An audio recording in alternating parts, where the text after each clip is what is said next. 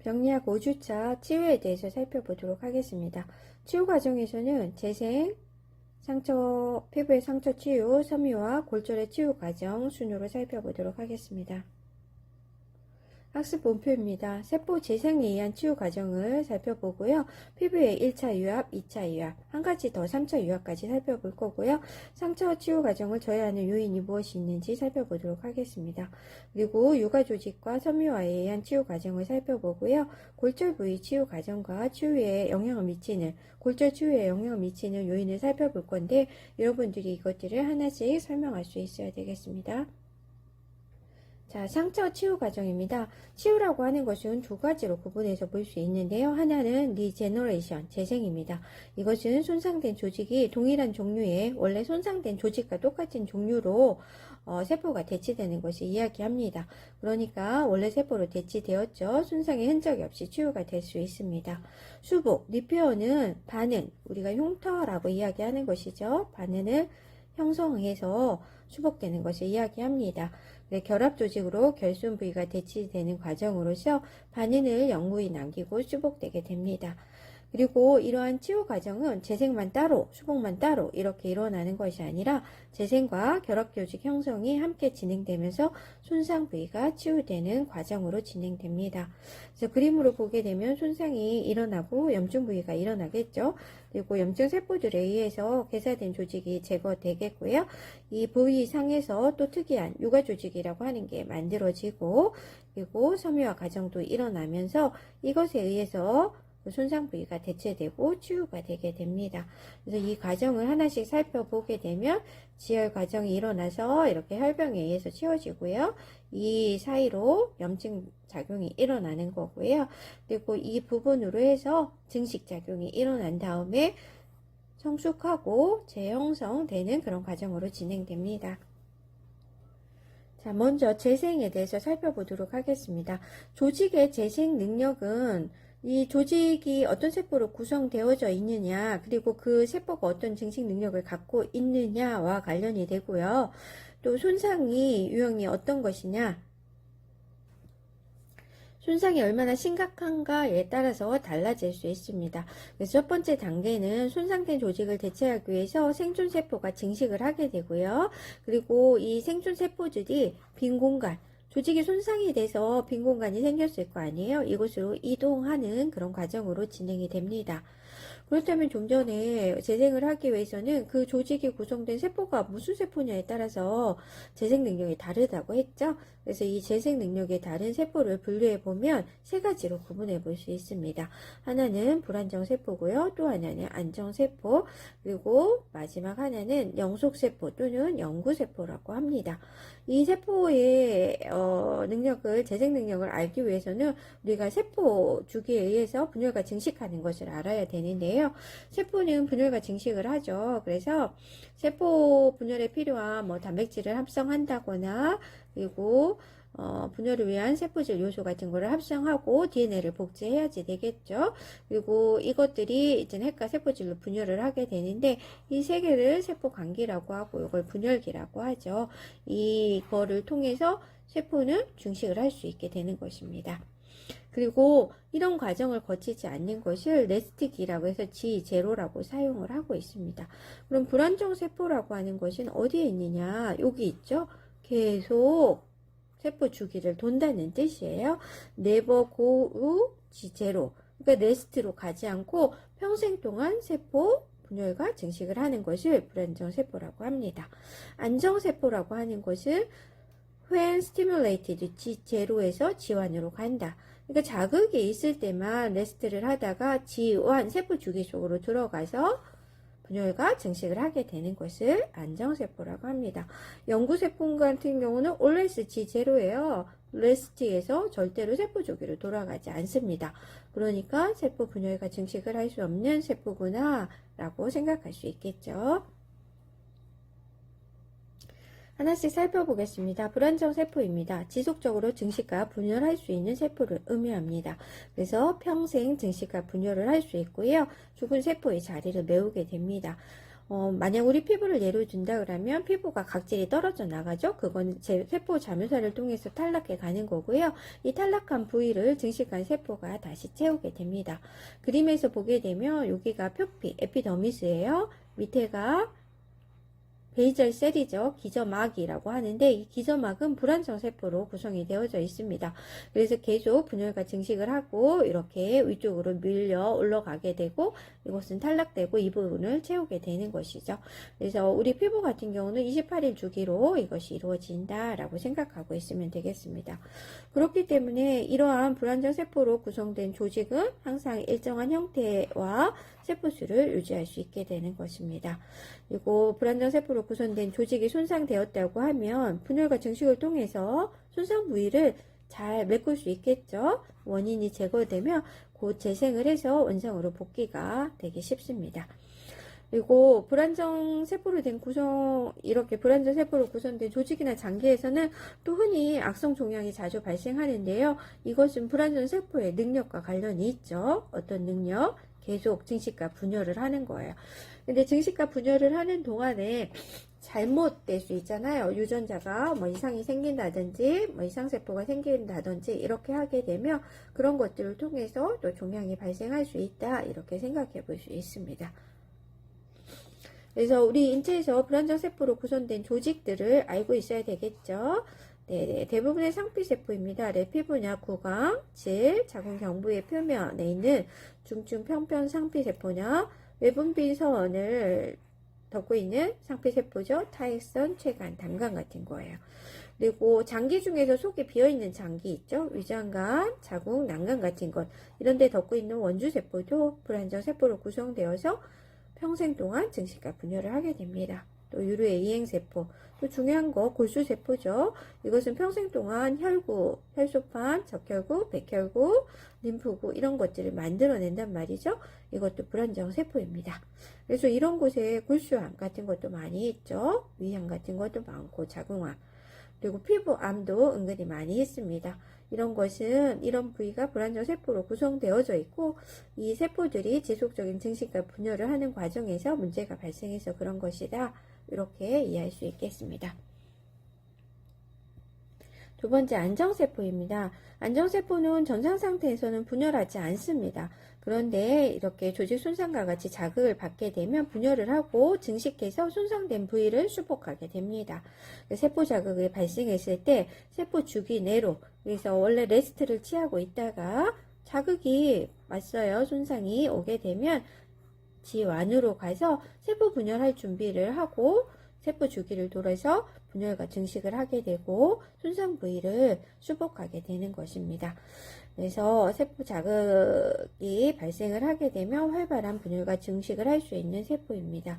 그렇기 때문에 손상 조직을 전상으로 수복할 수 있는 재생 능력이 있는 거죠. 손상 조직의 전상세포로 복귀가 가능합니다. 안정세포로 구성된 조직마 장기도 이해하고 있어야 되겠죠. 대표적으로 간, 신장, 폐 이런 것들을 이야기합니다. 그 외에도 섬유모세포, 평활근세포, 골모세포, 연골모세포, 혈관 내피세포 등이 있죠. 그래서 나중에 지혈에서 배우지만 혈관 내피세포도 손상이 되면 내피세포가 분열과 증식을 통해서 손상된 부위를 메꾸게 되죠. 그리고 간 같은 경우도 여러분이 혹시 간 이식 같은 거를 이야기를 들어봤나 모르겠어요. 그래서 간 이식을 했을 때 간이 옆이 두 개가 있죠. 그래서 성인 간인 경우에 하나는 성인, 하나는 좀 어린 아이에게 이렇게 주거나 이런다고 하는 거를 얘기를 들어보았을 거예요. 근데 간이 어느 순간이 지나면 원래 간 크기로 커진다고 그랬죠. 이건 간이 안정세포이기 때문에 자극을 받았죠. 분열과 증식을 해서 정상세포로 기한을 하게 되고 재생을 해서 간이 원래 크기로 되는 것을 이야기합니다. 세 번째는 영구세포라고 하는데 평생 재생이 불가능한 세포입니다. 그렇기 때문에 손상이 되었다 그러면 재생이 안 된다 했죠. 원래 같은 종류의 세포로 거기가 대치되지 않아요. 그렇기 때문에 재생이 되지 않는 것이죠. 그래서 괴사된 영소세포는 동일한 종류의 세포로 절대 대치되지 않습니다. 대표적인 게 신경세포예요. 신경세포는 한번 손상되면 그 세포 기능이 영구적으로 소실되죠. 그리고 이 손상된 세포 부위는 결합조직이라는 결합조직, 신경조직의 결합조직이에요. 악교세포라고 하는 글리아셀로 대치되게 됩니다. 그래서 여러분 뇌출혈이 돼서 뇌 실제 조직에 손상이 있으면 그 손상 부위는 괴사되고 다시 원래 신경세포로 재생이 되지 않잖아요. 그래서 반신불수가 되었을 때 그 반신불수가 원래 상태대로 돌아오지 않게 되는 거죠. 자, 그리고 영구세포로 구성된 조직막 장기 다른 것들도 있어요. 심근세포입니다. 그래서 심장 근육이 경색이 일어나요. 여기 경색이 일어난다고 하는 것은 그 부위가 괴사된 걸 이야기를 하죠. 근데 이것이 심장세포로 원래 돌아온다 그러면 탄력성이 있어서 수축과 이완을 잘하겠지만 경색이 되면 섬유화가 돼서 나중에 치유가 된단 말이에요. 그러면 여기 부분이 딱딱하겠죠. 그래서 심장이 수축과 이완을 할 때 이 부분은 잘 일어나지 않고 심박초량도 부족해지고 그래서 심부전을 쉽게 유발할 수가 있습니다. 그래서 영구세포는 신경세포, 심근세포, 신경절세포다. 이 경우는 레스팅에 있어서 절대로 세포 주기로 돌아가지 않는다라고 이해하고 있으면 되겠습니다. 자, 두 번째 피부의 상처 치유, 운두 힐링 과정을 살펴보겠습니다. 피부의 상처 치유 과정을 알면 우리 인체의 다른 부위에서의 상처 치유 과정도 유사하기 때문에 피부 상처 치유 기전대로 이해를 하시면 되겠습니다. 네, 피부 구조를 먼저 알아야지 되겠죠. 피부는 에피더미스라고 하는 이 진피 위쪽이 있죠. 그리고 진피가 있고 피하 조직이 있습니다. 이게 표피층에는 맨 밑에 보면 베이절 셀이라고 해서 불안정 세포로 구성되어져 있다 그랬죠. 이게 만약에 다 손상이 된다고 하면 완전히 재생이 되기는 힘들겠죠. 근데 손상이 되더라도 일부 부위가 남아있다 그러면 이 부분이 자라서 나중에 재생 과정과 섬유화 과정이 함께 일어날 것이다 라고 생각을 하면 되겠습니다. 옷을 살펴보게 되면 이렇게 밑에 베이절 셀이 있고 불안정 셀이어서 이게 위에서 이렇게 자라나가게 된다. 이런 데 보는 거는 대식세포예요. 피부에 있는 랑게르한스 세포라고 이야기를 하죠.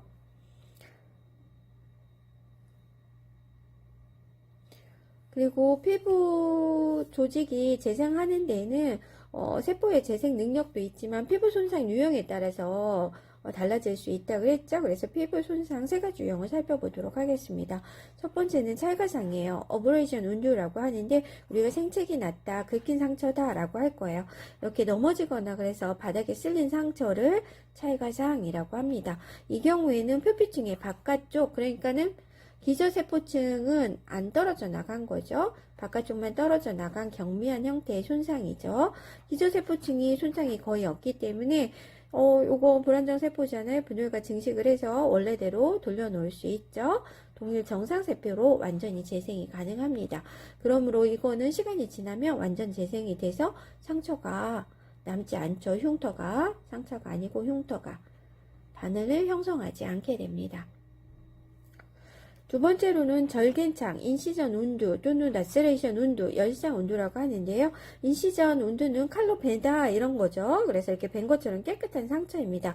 그래서 이 접합면을 잘 붙여서 꿰말게 되면 나중에 여기가 상처가 잘 재생이 될 수 있습니다. 열상도 이제 심하지 않고 이렇게 접합면이 그래도 맞을 것 같은 이런 열상면일 때는 피부의 전층 손상은 있지만 기저세포 손상이 최소화되는 경우이기 때문에 기저세포가 불안정 세포고 동일세포로 대치가 가능하죠. 그래서 회복이 어느 정도 잘 된다고 볼 수 있습니다. 그래서 절개창 같은 경우 완전히 이렇게 붙으면 손상 부위는 완전 치유 가능합니다.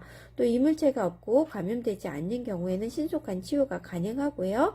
괴사나 염증 과정도 최소화돼서 치유가 빠르게 진행이 됩니다.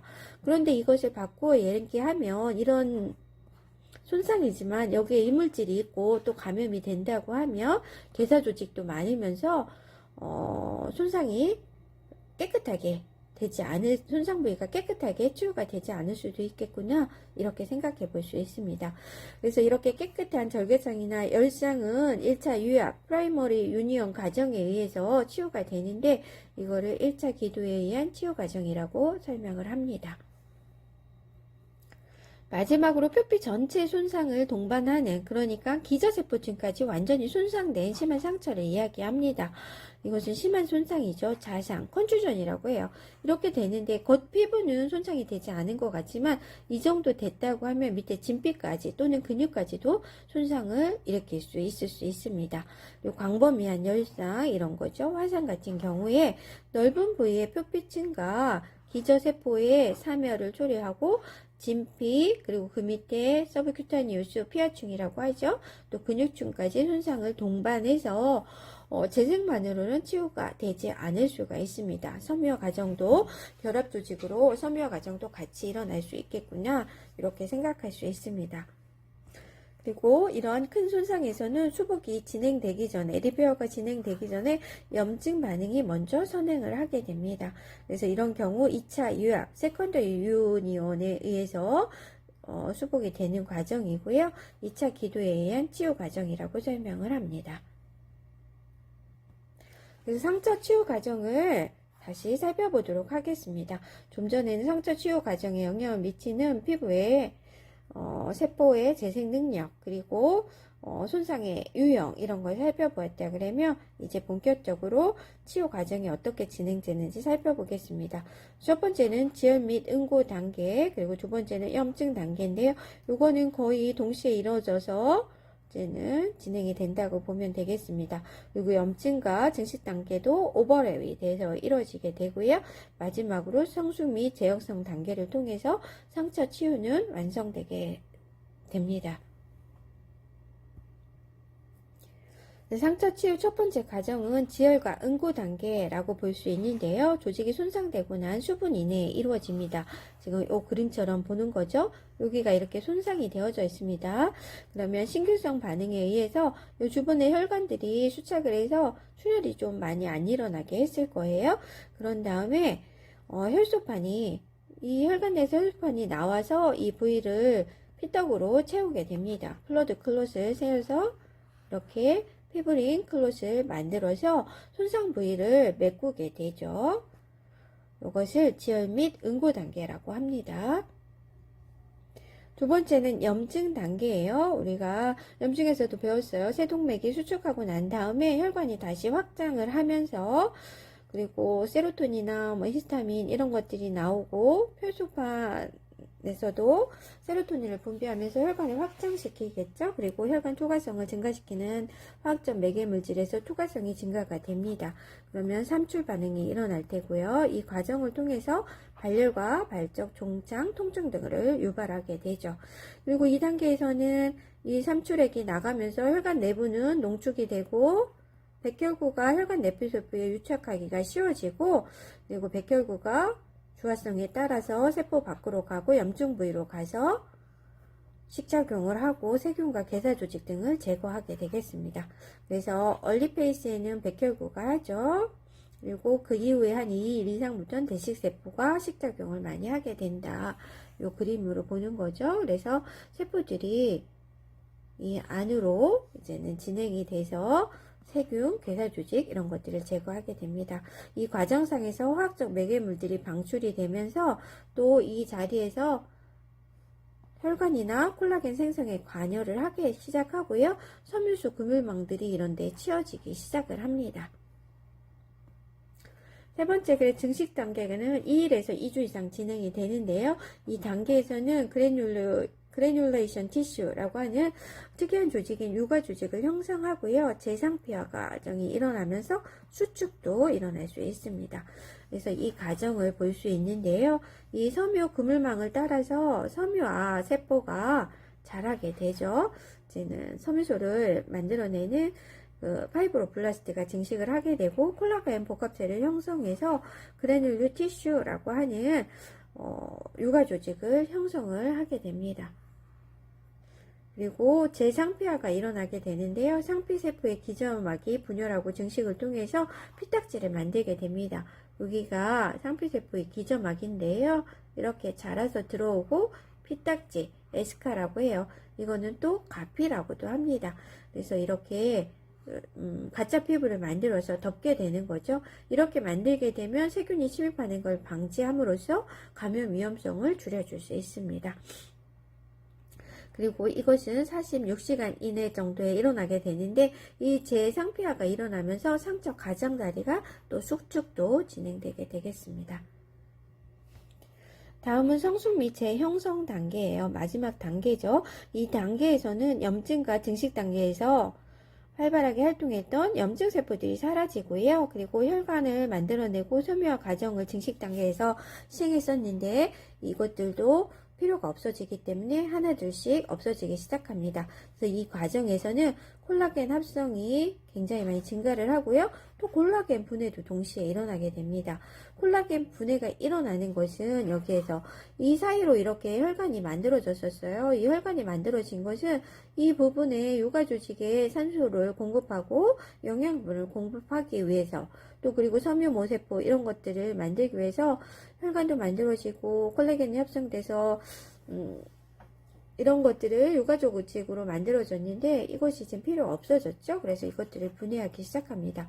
그런데 이 조직을 또 새로 재형성을 해야 되잖아요. 그래서 콜라겐을 합성하고 콜라겐 섬유를 잘 예쁘게 재배열을 하는 거죠. 피부 상태를 원래대로 되돌리기 위해서 이렇게 합니다.